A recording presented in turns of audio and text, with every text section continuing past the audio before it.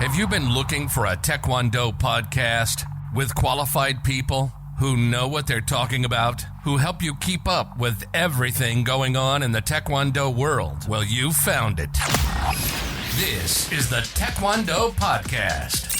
Taekwondo news, competitions and other events, training and sports science, keeping the fans, coaches, and high-performance athletes up to date with the latest news and trends on Olympic Taekwondo. Let's do this. This is the Taekwondo Podcast. And now your hosts, Coach César Valentim and Peter Nessler.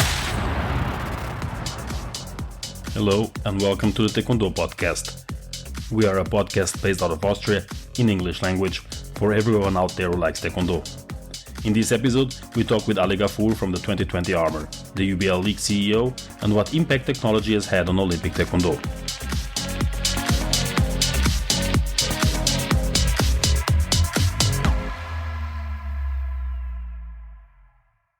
Welcome to our podcast. I'm Coach César Valentim, and with me is Master Ali Ghafour, CEO of 2020 Armor and the United Battle League. Hi, Ali. How are you? I'm good, César. How are you doing? Well, I'm happy to be here recording on my podcast. Last time I was on yours. That's right. Yeah. I think, and you were the first one because we were talking about it when we met in Belgium. I know we're going to get into that in a second. But then I realized, you know what? There's a lot of stuff that we talk about that a lot of people probably would like to know a little bit more about. So I figured what perfect guest to have on my first podcast, my first guest yourself. And I guess I'm judging by episode number, I'm number 15. Yes, we are at the episode 15. We started with 2 bonus episodes, then some episodes about ranking and me talking with my co-host about periodization and other things regarding COVID. And you're like my 4th or 5th guest. I'm very happy that you're here. Nice. Happy to be here, man. Well, for everyone out there who doesn't know who you are, can you please tell us a bit about yourself? Yeah, sure. My name is Ali Ghafour. I was originally born in Afghanistan. I moved to Canada at the age of 5. I grew up here all my life. I was on the Canadian National Taekwondo team, WT, obviously, and was on a national team many times, about 4 times. Went to 3 World Championships. My last competition was 2007 Pan Am Games in Brazil. And then I retired from competition. I have a degree in computer science and went cold turkey from martial arts. Didn't do anything for Taekwondo for 2 years and decided to build my career in the technology space. I've always loved technology, still love technology. And then built a couple of startups, technology-based startups along the way. And then around 2016, built 2020 Armor. I'm sure we'll get into that in a second. And then just last year, launched the UBL, the United Battle League. So I love martial arts. I love technology. I love businesses. And with the UBL and 2020 Armor, they're all 3 put together. Yes, we met in Belgium for the first time, and the people who matched us together matched us due to our love for data. And let me be clear to our listeners, we are not in a business relationship, and 2020 Armor doesn't sponsor this podcast or my club yet. But when I heard you talk about equipment and being able to score and to record data being shared with the players and coaches, that data that really hooked me up. Can you tell me a bit about what your system does? Yeah, sure. So it all kind of came about where I was watching our friend Yvette Young, which maybe a lot of people know here. I know you know her, César. She's world ranked number 1 right now from Canada. It was 2015, and I was watching her compete with my wife, and she was fighting. And my wife doesn't know anything about Taekwondo. She doesn't come from it. And she saw Yvette dominating and winning, but didn't understand how she lost. And so for people who aren't familiar with the scoring systems, just don't understand what's going on. And I thought, you know what? I have the skill set and the network to potentially fix this, and the passion to go through it and to do a couple things. One, make the sport so that anyone can understand it, like my wife, and make it so that the people who look like they're winning should win. So the people who, are kicking the ass of the other person, that generally, you'd expect them to win, right? So the person who's faster, the person who's stronger, the person who kicks more, obviously in legal areas. But I thought that was something I still think it's still obvious, but that was kind of missing. So create 2020 Armor to solve that. So create a scoring system that's easy to understand, that the general audience can understand, and really brings the speed and power that's missing from today's game. And along with that, what I realized was there's also not too much data. That's how we connected. And like, I never knew what my reaction time, power, and stamina was when I was competing. And a lot of athletes today don't. I would say 99+% don't know those numbers. And so you can get those numbers. You can get them in very specialized places. Like I know your gym is stacked with all this equipment, but you're the exception.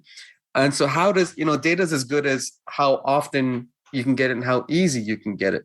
So you can go to a really fancy place, but if you only go there once a year, that data is no good.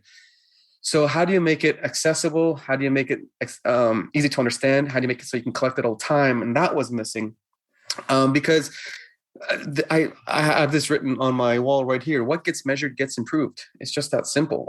If you know what your reaction time is, if you know what your power is, if you know what your stamina is or isn't, then you can improve it. And why not have that information and that power before you go into a match? Because right now, when we know if we're doing good, our training is doing good if we win a tournament. That's when we know we've done good. But how do you know if you're going into that tournament that you're really ready? Or maybe if you're not ready, that you need to adjust your game. And so that's what the data really tells you. So I thought that was missing. And so that's kind of where it all started and where it all is right now. And so we have obviously a vest that can measure the impact. On the vest itself has the score, the scoreboard and display, so it's very easy to use. You can connect to an app, and the app gives you all that data, like I mentioned, reaction time, power, stamina. But then when you spar, we give you, I think we're at 15 now, 15 data points. And I remember when me and you were talking, you're like, oh, there isn't a data point I haven't seen. I'm like, all right, let me show you my data. I was like, yeah, well, you're right, I haven't seen that data. So we show you like the number of combos that you've done, the number of counters, the number of combo breakers, the time when you did your first hit, all these sort of data points where, these might sound overwhelming, but when you start looking at them, they're easy to understand. And then if you can gain one insight from this data that can help you win one match, that's so valuable, right? And so that's what the product does. It's a headgear and a vest, and then the app, and extremely easy to use, and does all those things I mentioned. Keep track of scoring, and measures all your data. Well, basically, when you hooked me up was due to all those data points. It's for me important as a coach that I understand the physical abilities of my players and the impact of my training program on the development of those abilities. They also understand why I assess them. I usually say we don't guess, we assess our players and their abilities, and the players are also a big part of it. They do understand the assessments and they do see the impact of the training plan into their physical abilities. And that's the difference between your scoring system and the other ones out there in terms of data gathering. So you can use it in training, but there's also a very big difference is the competition rules, because in your league and the way your system works, it's not where you score and how much you score, but also how strong you score. And that makes the game a little bit different, very, very different from what Olympic Taekwondo is right now. My question is, how did you get into that? In video games, the video game Street Fighter came out in 1987. This industry is huge, right? I mean, these games, they spend millions and millions and millions of dollars figuring things out, like how should we display the health bar? What should there be should there be point system or health bar? Should there be a light, medium, and hard kick, right? So they've already kind of figured out that stuff. And they say a lot of what people say is like, there's no really new inventions. It's kind of putting together other ideas together into a new invention. This is the same kind of concept. I look at that and I said, what was, and it came from the history. What was the history of scoring, right? The history of scoring was, before electronic scoring, was basically whoever kicked the guy's ass in the round, they would win that round. Basically kind of like boxing, right? Almost like a 10-9 system, but not really. So it's basically whoever dominated that round, would win that round, and then whoever dominated 2 out of 3 rounds would win. And if you really like hit them hard and went on the floor, you get 2 points out of the round. It was still points, but it was like that. And then we went into the trigger-based system. So you'd push a trigger, and then automatically on the scoreboard, if 2 out of 3 judges scored, it would come up. And then we went to electronics. If you think about the history, all we were trying to do was mimic what we did with the paper scoring. So it was just, okay, that's what we used to do, then let's just try to mimic that. But if you step back from all of that, like have a clean piece of paper, white slate, and it's like, how would you really score it so that everybody can understand and you get the best fights? It's actually the health bar system or energy-based system and the round-based system. So I know we talked about in our podcast the round-based system as being one of the biggest changing impact so far, which I really like. At the last tournament I was at the end of the day, usually the game's done. At the end of the day, the stands were still full and people were cheering. That's a big difference in today's game. So we, so having whoever wins 2 out of 3 rounds, which is what we do, and whoever has more health at the end of the round or depletes all their health, and you can deplete the health by kicking harder, it solves a lot of problems. So behind me is a nice little patent that protects us from all those ideas. Think about what we do for a 360, right? And not about to the body right now. Sometimes we stop the game and then we add, I don't know, is it 2 points now that we add? The technical points are extra 2 points for the spinning kick to the head or to the body protector. So why do we do that, right? We do that because it was a more technical technique. But really what we're saying is that technique probably should take off. I mean, think about 360. There's way more momentum, right? It hurt. Would you rather get hit by a roundhouse kick or a 360, right? Neither. No, but I mean, if you had to choose, right? So the 360 generates more power. The back kick generates more power, right? Because you're turning. It's a harder technique. The spin hook kick generates more power. All these things that we're giving technical points for just generate more power.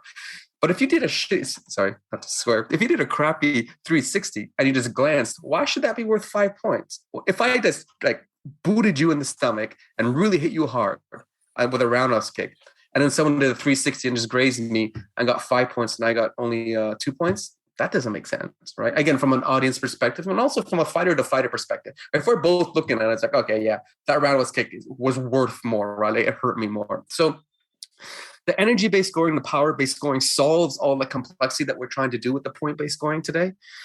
And I just put a lot of thought into it. Refer to video games, see how they did it, and then when I poked holes at it, when I asked a whole bunch of other people in the industry to poke holes at it, no one really could.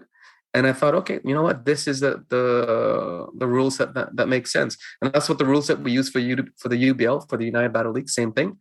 And then the athletes fight differently. They fight harder. They take more risks, because if you get anybody, right, if you get more reward for the risk that you take, then you're going to probably take it, especially if it's in a heated situation or you're down. All these things just make the fight, again, easy to understand, but very, very exciting. The way the technical kicks are scored right now are due to the complexity of the kick, not the power of the kick. The current PSS systems don't accurately score the power that is scored. Sometimes the scratch kick will show up as scoring more power than a very powerful direct impact to the back leg. And that's something that it's changing the game, because the rules are trying to catch up with the technology instead of being the other way around. Right. And that's why I start with a blank slate. I said, okay, what do we need for it to be, and make sure the technology fits that versus the other way around. So we had the benefit of doing that, and I didn't start with going through WT approval, because I knew that would have been a big challenge. Obviously, WT is a huge organization, and they try to build a business from a top-down approach like that just doesn't make sense. So we decided to go after the recreational market, provide value to club owners, to athletes, and then hopefully eventually, I think WT will come around. Again, we're seeing some positive indications of going in that direction with the new round scoring. Whoever wins 2 out of 3 rounds, which again, I think has been a hit. We just have to change the point scoring now, in my opinion. Well, they did change a little bit, and I have a question that's more about your system. It's also a personal question. If I want to use the WTU set of rules with your system, will it be able to work in training? Yeah. So we have 10 different game modes. 5 2-player and 5 1-player. 2-player, obviously, you need 2 vests and you spar with somebody. So our primary game 1, is energy scoring. And then game 5 is, we call it tag, and that's point-based scoring. So 1 point to the body, 2 points to the head. That's what we do. We keep it very simple. You can add points manually throughout the match if you wanted to. But we do have a point-based version as well. This podcast is supported by Hawken Dynamics. Hawken Dynamics believes that technology is most useful when it stays out of your way. That's why Hawken developed the world's first wireless force plate system with extreme usability. It is the quickest, easiest to use, and most robust solution on the market. It is trusted by all sports organizations, large and small, as well as tactical, military, and rehabilitation environments around the globe. It's force testing in the palm of your hand. Here at Vin Taekwondo Center, we use Hawken Dynamics to test and monitor our team.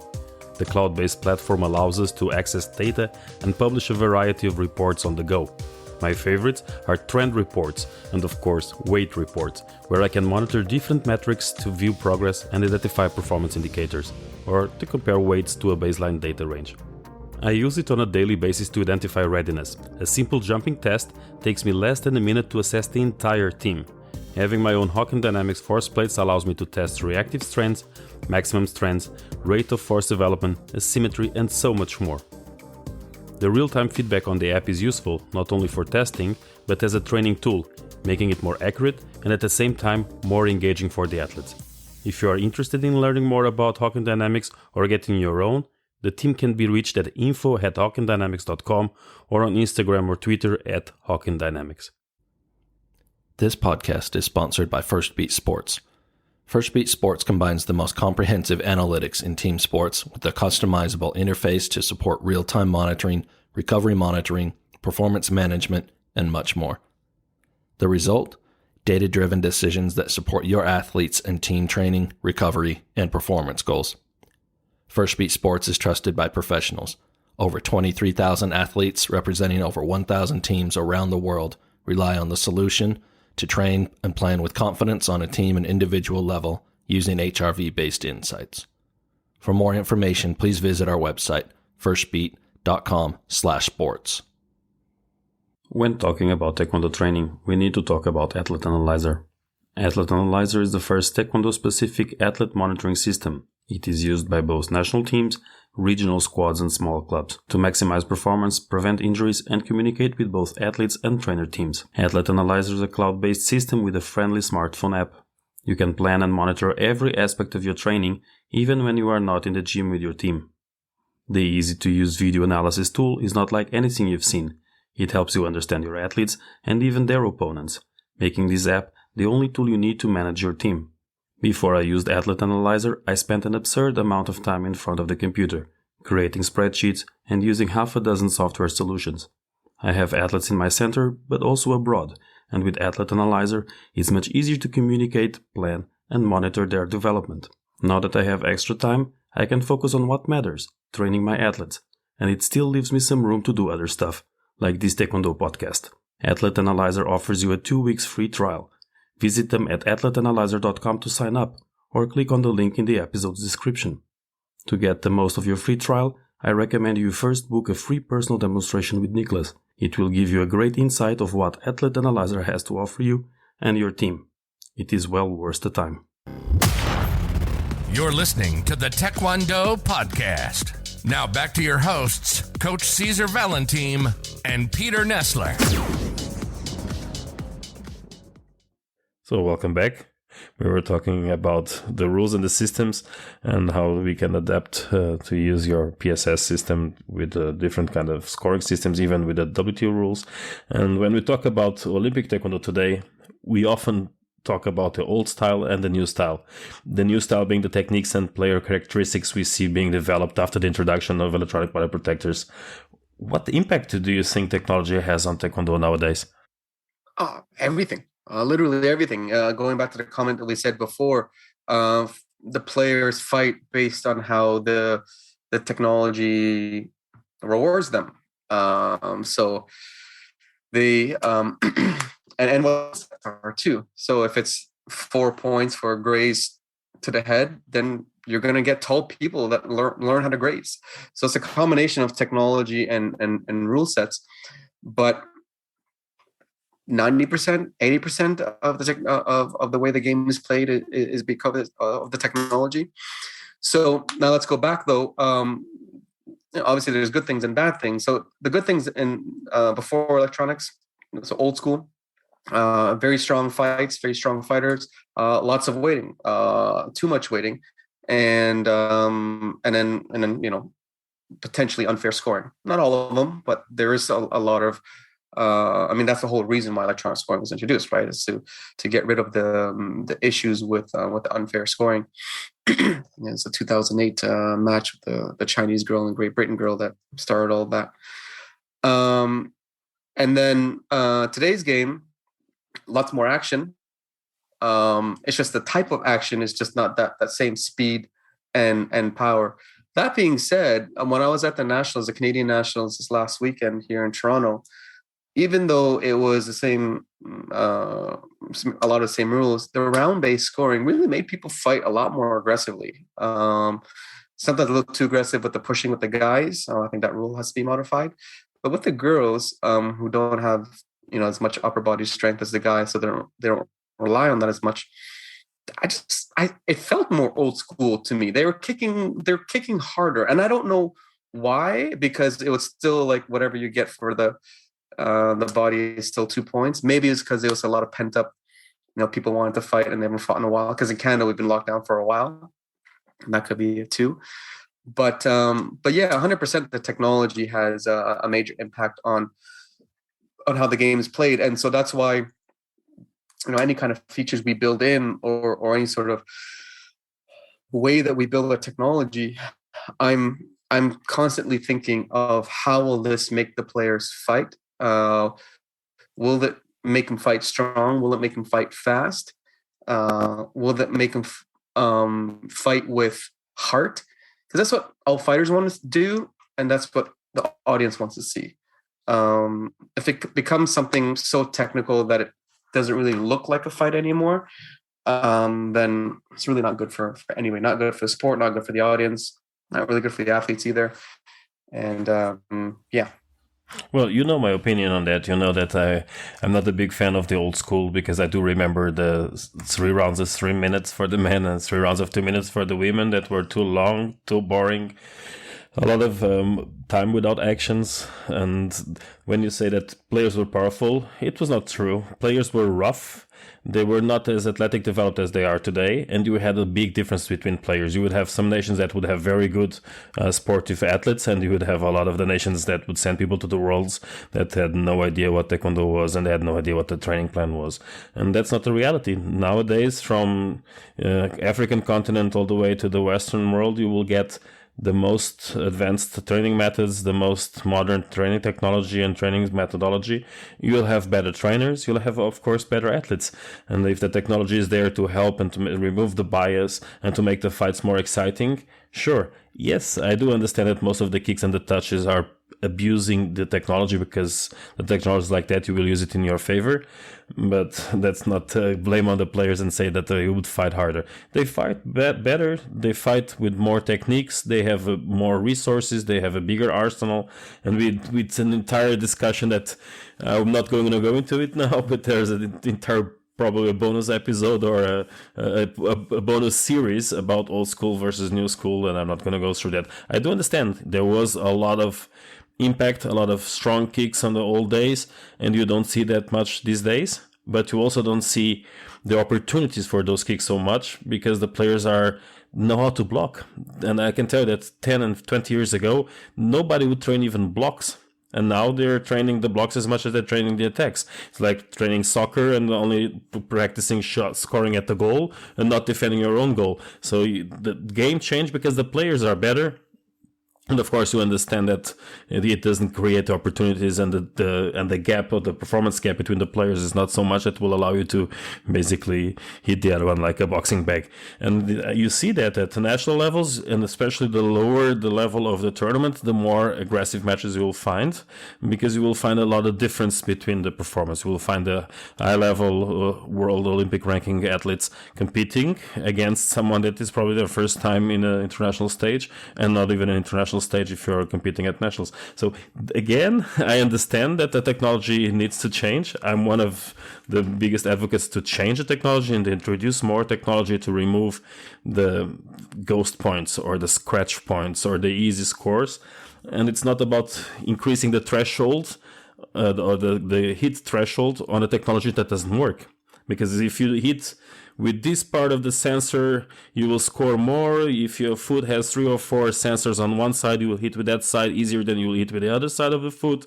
Or in some of the technology that is out there, you don't even need to score or make a contact, because the distance between the sensor and the vest will already score it. So it depends on the brands you're using. Depending on the brands you're using, you will have to score, even adjust your foot position differently. So what is the 2020 has that it's different from these other systems that are out there? Yeah, so I think, again, going back to simplicity, right? Because for me, the definition of success is a random stranger off the street wanting to watch a match. The reason why that's the definition of a success is that's how you grow participation. Yeah, you grow participation, you grow business opportunities, you grow sponsorship opportunities. So you have more chance of it being put on TV. You get more TV, again, more advertising opportunities. So that's my definition of success. And so you have to make it as simple as possible. And really that's what it comes down to. So how do you cut down the amount of referee stoppages? How do you cut down I know we introduced a lot of new rule sets to change the game style to accommodate for the gaps in the technology. So how do you get rid of that? How do you make it so that just the 2 people fight with very little stoppage, and you just understand what's going on, and at the end of the round, the right winner wins? It's really, that's the simple as the goal is. And yeah, that's how we do it. So one of the other technology ways that we've patented as well is we don't have socks and sensors on the hands or feet. We look at the distance between the athletes. So if the distance is at a reasonable distance, then we allow the point. If you're too close, then we don't. Which again makes sense for a lot of the techniques for a striking sport. You should be at some sort of reasonable distance before you can score a point.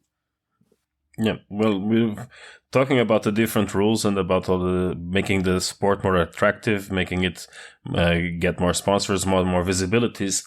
You've recently launched a professional league that is somewhat different from what we see in the Olympic Taekwondo. Can you tell us a little bit about it? Yeah, so the UBL, the United Battle League, is essentially all these concepts that 2020 enables and used in this league. And WT is amateur, is an amateur federation. Not in, I don't know if that translates well in different languages. Not as in like they are a non-profit. A non-profit, yeah. In North America, it's amateur league versus professional league, right? So you have professional soccer or amateur soccer. So WT is amateur sport, non-professional, and they're the Olympic stream and always will be. The UBL is the professional stream. So that's the goal there. So and if you're talking about basketball terms, so that's the NBA. I mean, it's not the NBA obviously yet, but it's the NBA versus the World Basketball Association which is what WT would be. So it's a professional path for athletes. And the idea there was, again, executing on all those topic points that I mentioned, making the game more fun, easy to understand, all those things. but now add this whole level of production value behind it. So, the best produced Taekwondo match you'll ever see today is Olympics, maybe some of the Grand Prix events, but that's about it. But it still looks like an amateur sporting event, even though it's very high quality. Like even all the sports you pick them, anything on a field of play, gymnastics, etc. It still looks like there's a crowd and the thing, and that's about it. Whereas with the UBL, we're taking that production value to another level, integrating a lot of technology, so they look like they're fighting in a virtual world. And they're real fights, real people, real outcomes, but their background looks like, again, they're in Street Fighter or a virtual world.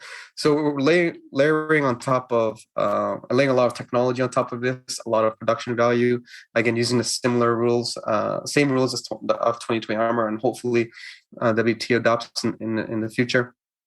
But yeah, it's a professional version, the United Battle League. So it's team-based as well. So there's 8 teams in the initial season. So we did a pilot event, so you can watch it on ubl.gg. Stands for good game in the gaming world, if you're wondering what that means. ubl.gg, you can watch the full show for free. It's about 80 minutes. And we got 150 million viewers on it, which is fantastic. 3 times the goal that we had set out for ourselves. Over 15 networks, TV networks worldwide. And and the gamers loved it. The video gamers loved it. We were on a couple of live streams on Twitch, a couple other streaming services as well. And so the general public and the martial artists really liked it as well.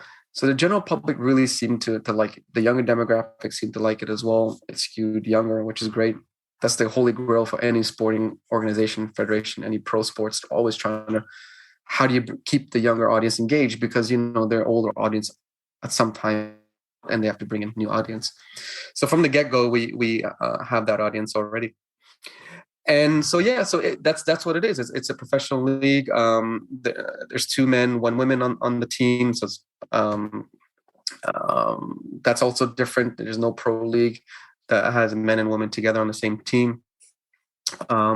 It's very transparent, so with the scoring, obviously, but also with the teams. So the teams fight each other. If they win, they get to the next round. So it's a bracket system, and then it's going to be there's going to be a lot of storytelling behind it. So you really get to know the athletes, and will pull. The teams will have a theme to them. So a certain team, let's say they're the Dragons, they'll be like a more aggressive team. And then we'll pull out from the athletes' real stories, but only their aggressive ones, right? To kind of solidify the theme of that team. So if you're a player or a person like, I associate myself more with this team because they kind of represent my personality traits. So, and then you have another team that's more wisdom kind of based, right? So they're thinkers, or a little bit more defensive, for example. And then you have the showy team that loves to do the 360s and the back kick. So these are the kind of things that the league will have. Again, all real fights, all real outcomes, but really deep storylines and very entertaining. So again, the general audience would like it. Also, if you're a hardcore practitioner, you'll be like, I can really get behind that. I respect their skills. I would want to fight in it. And yeah, that's what the UBL is all about. I understand where you're going from with that. On one side, you're going and appealing for the streaming and the pay-per-view kind of audience, just like other professional combat sport leagues. And on the other hand, you're going appealing for the environment and storytelling from video gaming and video gaming competitions. What I've seen so far, it's all in a virtual environment, but when you compare that to a Call of Duty final, you would actually fill up arenas and make even more money than FIFA World Cup. And even the Olympics, the biggest events right now are, in terms of money making and prize money, are actually the video gaming. That's also where you want to go at a mixed event where you will have all the interactive and the 3D and virtual backgrounds and with the real players, but also in a real arena with hopefully packed with thousands of fans. Eventually, yeah. At the beginning, just because of complexity, for the first couple of years, we'll do it in a studio. But yeah, what I would the end goal is to have the fights in a real place, and then in the backdrop would be the actual. If you were watching on TV, it would look like it's the virtual world that they're in. And so the people who are live there in the audience would get that feeling. And yeah, from a technology perspective, all that stuff is possible today, right? That technology exists. And so it's just a matter of doing it. For us, just to manage costs at the beginning, as we scale up the business and generate the revenues we want to generate, we have to manage costs at the beginning, and just doing live events. Think about venue and then all the different kind of costs that come with that. We decided to do that a little bit later, but yeah, that's definitely part of the plan to make it both in person and then obviously watching it on the metaverse on your computer as well. Well, as you mentioned, the goal is to develop your own system, and hopefully the Olympic Taekwondo will follow. It is what happens. You now have e-games as part of Olympic program. So obviously creating your own system, your own concept, and hoping that someone else buys it, it's a good way. I wish you the best of luck. I'm looking forward, since I'm a total geek and I love the gaming part and the streaming part. Hopefully we will see the United Battle League grow further and further, and maybe get some of the advantage of high performance Taekwondo gets. And I've seen that the players are the same. Thank you, Ali. It was a pleasure being here with you again, with everyone who is listening. This was a Taekwondo podcast. If you haven't already, listen to our other episodes that are available wherever you listen to your podcasts. We are releasing new episodes every Tuesday. Stay tuned, subscribe to the podcast, leave us a positive review, and share it with your friends. See you next time. You've been listening to the Taekwondo Podcast, keeping the fans, coaches, and high-performance athletes up to date with the latest news and trends on Olympic Taekwondo. Your host, Coach César Valentim, has almost 20 years of experience with high-performance Taekwondo and has worked all around the world as a Taekwondo trainer. Peter Nessler has been teaching Taekwondo for more than 20 years, and he's currently one of the top referees in Europe. We hope you enjoyed the show. Make sure to like, rate, and review, and we'll be back soon. But in the meantime, find us on Instagram at Taekwondo Podcast, on Facebook at Taekwondo Cast, and the website taekwondopodcast.com. See you next time.